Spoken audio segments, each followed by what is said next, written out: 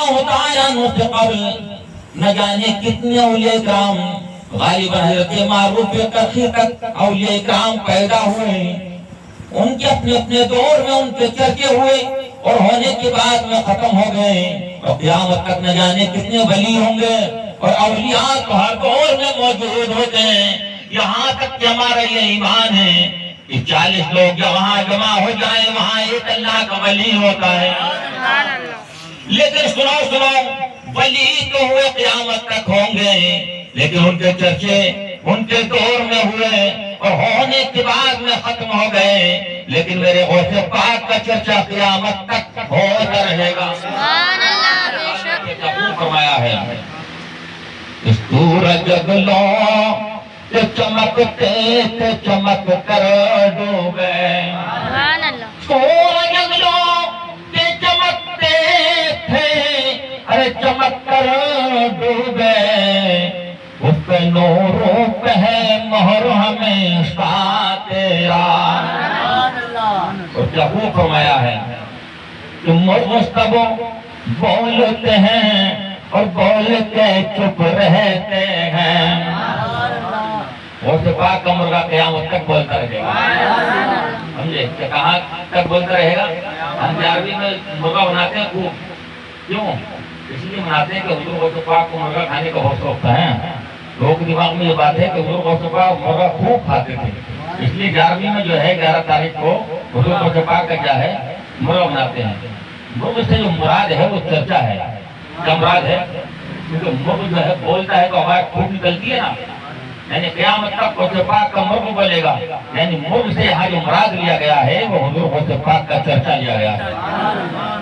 یہ تاج العارفین ابو الوفا علی رحمہ کا قول ہے کہ کل دیق یصیح ویسکت الا دیقک فإنه يصيح إلى يوم القيامة۔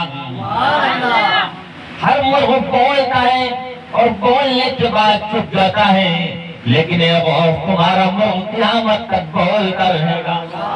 حضور غوث پاک کا مرغ کیا ہے؟ قیامت تک بولتا رہے گا۔ تو یہاں مرغ بولنے کے بعد میں چرچا مراد لیا گیا ہے۔ کیا لیا گیا ہے؟ چرچا لیا گیا ہے۔ کبھی کبھی کیا ہے بولا کچھ جاتا ہے اور اس سے مراد کیا ہے کچھ لیا جاتا ہے۔ بہرحال ہمارے سنی تو بڑے بھولے بھالے ہیں، سنیوں کا معاملہ تو کیا بڑا عجیب و غریب ہے۔ حضرت چاہے ایک تو مجھے بینڈ باجے کی دکان پہ کیا فاتحہ لگوانے کے لیے گیا، بینڈ باجے کی دکان کھلے گیا، میں وہاں پہنچا، بولا معاملہ کیا ہے، مجھ سے بتایا نہیں، بولا حضرت کام ہے چلیے، میں پہنچ گیا اور میں نے جب وہاں دیکھا تو ادھر باجا ٹنگا ادھر باجا ٹنگا، ادھر ڈھولک رکھا ہوا اور کیا ہے وہ مٹھائی لے کے آیا ڈبا، اس کو بولا حضرت فاتحہ پڑھ دیجیے۔ اب میں چکر میں پڑ گیا، یار برکت کی دعا کروں تو مصیبت، اور میں جاتا ہوں تو امامت کا خطرہ، اور میں کروں تو کیا کروں، مگر میں نے فاتحہ تو پڑھی، دعائیں کری کہ اللہ اس کو کوئی نیک کاروبار عطا فرما۔ یہ بیچ کا راستہ نکل گیا۔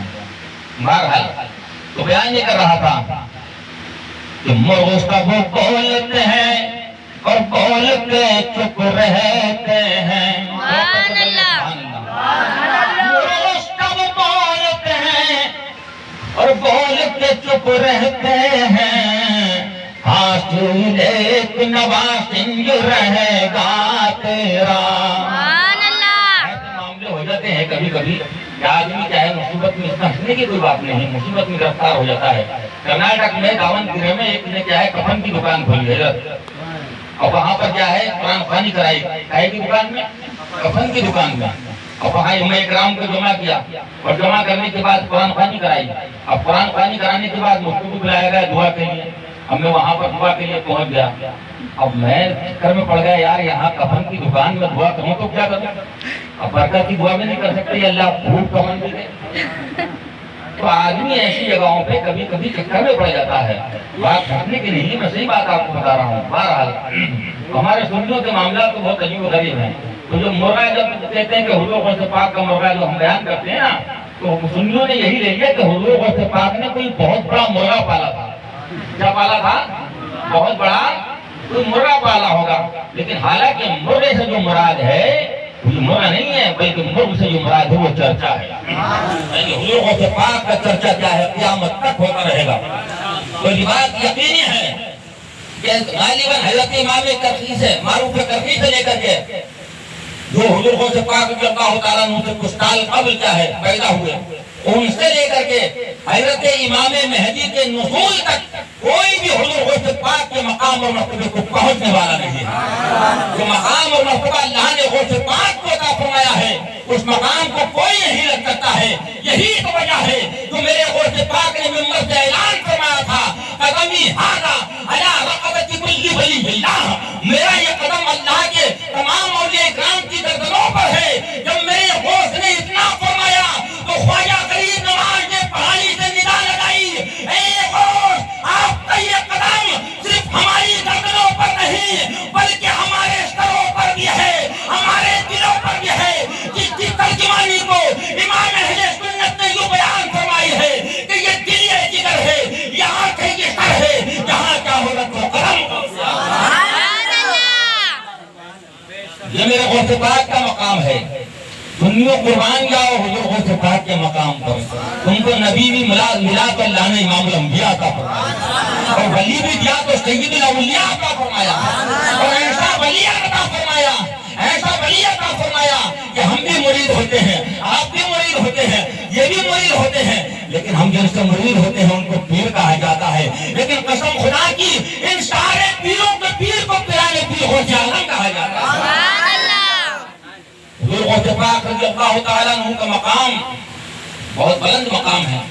وقت کافی ہو گیا کیونکہ آپ حضرات مجھے معلوم نہیں تھا کہ 11 گھنٹے کا پروگرام ہے، اور حضرت کی نگاہوں کے قبل دیکھ رہا ہوں، اگر آپ کی اجازت مل جائے تو 5-6 منٹ اور بڑھا دیں پروگرام کو، یہ 15 منٹ اور بولیے سبحان اللہ۔ یہ حضور غوث پاک کی محبت ہے۔ تم یہ یاد رکھو حضور غوث پاک رضی اللہ تعالیٰ عنہ کا دیوانہ، حضور سے غوث پاک سے محبت کرنے والا، ان کی محبت گرائے گا نہیں جائے گا۔ ارے جب ایک کتے کو جو کتا جس کے تعلق سے سرکار نے فرمایا کہ کتا اگر گھر میں داخل ہو جائے تو رحمت کے فرشتے نہیں آتے، آتے کہ نہیں آتے نا؟ اگر کتا گھر میں آ جائے تو رحمت کے ملائکہ نہیں آتے، لیکن ایک کتا جو کہ اصحاب کہف کے ساتھ میں ہو گیا تھا اور ان کا ساتھ دینے کی وجہ سے کتا جنتی بن سکتا ہے، تو ہم تو کیا ہے ایمان والے ہیں۔ ارے ہم تو ایمان والے ہیں، ہم کو تو تمام مخلوقات میں بہتر مخلوق بنایا ہے، تو اگر ہم اللہ کے ولی سے محبت کریں گے تو کیا ہم جنت میں نہیں جائیں گے؟ ارے جائیں گے کہ نہیں جائیں گے؟ مگر ایسے نہیں، بلکہ کیا ہے کچھ کام بھی کرنا پڑے گا۔ وہ کیا کرنا پڑے گا؟ ہم کو ان کے نقش قدم پر چلنا پڑے گا۔ آج ہم کہتے ہیں کہ غوث پاک کا دامن نہیں چھوڑیں گے، حضور غوث پاک کا دامن نہیں چھوڑیں گے۔ ارے میں کہتا ہوں کہ پہلے پکڑ کو لو، چھوڑنا بعد میں، پہلے پکڑ کو لو۔ پہلے جب پکڑو گے تبھی تو کہو کہ ہم نہیں چھوڑیں گے۔ کیا حضور غوث پاک کے دامن کو ابھی ہم نے پکڑا ہی نہیں ہے، غوث پاک کے دامن کو ابھی ہم نے پکڑا ہی نہیں ہے۔ ارے ہم چرپائی چھوڑنے تیار نہیں ہیں اور کہتے ہیں کہ غوث پاک کے دامن کو نہیں چھوڑیں گے۔ پہلے اپنے چرپائی کو مسجد کے لیے چھوڑ دو، کائے کے لیے چھوڑ دو، مسجد کے لیے چھوڑ دو، مسجد کے نمازی بن جاؤ، پھر کہنا کہ غوث پاک کے دامن کو نہیں چھوڑیں گے۔ ارے جنہوں نے غوث پاک کے دامن کو پکڑ لیا انہوں نے زندگی میں جھوٹ نہیں بولا، جنہوں نے غوث پاک کے دامن کو پکڑ لیا انہوں نے نمازوں کو نہیں چھوڑا، جنہوں نے غوث پاک کے دامن کو پکڑ لیا انہوں نے چغلی اور غیبت نہیں کی۔ ارے حضور غوث پاک کے دامن کو پکڑنا تو دور کی بات رہی ہے، میرے خواجہ غریب نواز نے صرف غوث پاک کو ایک مرتبہ دیکھا تھا، یہ صرف آپ کے خالہ بھائی بھی ہیں، ایک مرتبہ کی ملاقات میں ایسا مقام عطا کر دیا، ایسا مقام عطا کر دیا کہ میرے خواجہ غریب نواز کو ہندوستان کا بادشاہ۔ سبحان اللہ۔ حضور غوث پاک رضی اللہ تعالیٰ عنہ کے صحیح معنی میں ہم نے دامن کو نہیں پکڑا ہے، پہلے حضور غوث پاک کے دامن کو پکڑو۔ دامن کو پکڑنے کا مطلب یہ ہے کہ ان کی سیرت پر عمل کرو۔ آج ہم ان کی کرامتیں خوب بیان کرتے ہیں، ان کی کرامتیں کیا ہے؟ دنیوں کو زیادہ تر کیا ہے ایسی چیزیں پسند آتی ہیں، کیا قصے اور کہانیاں، اللہ کا عذاب، خوف، یہ سب چیزیں پسند نہیں آتی ہیں۔ ارے میں پہلے جمعے کو یہاں آنے کے بعد میں نے حضرت کیا ہے بیان کیا، پہلے جمعے کو آنے کے بعد میں تو کچھ لوگوں کے چہرے اترے نظر آ رہے تھے، اترے نظر آ رہے تھے۔ میں سمجھا یار کیا بیان کر دیا ایسا میں نے، آپ کی دعاؤں سے الحمدللہ اللہ کے فضل و کرم سے کیا ہے ہم نے مہینوں پروگرام کیے ہیں. ہم نے محرم الحرام میں 12 دن کے لگاتار پروگرام کیے.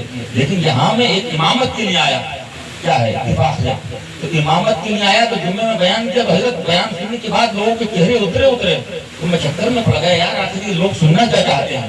تو مجھے بتایا یہاں کے پورا پرانے امام صاحب نے کہ حضرت یہاں کے لوگ واقعات کو سننا پسند کرتے ہیں.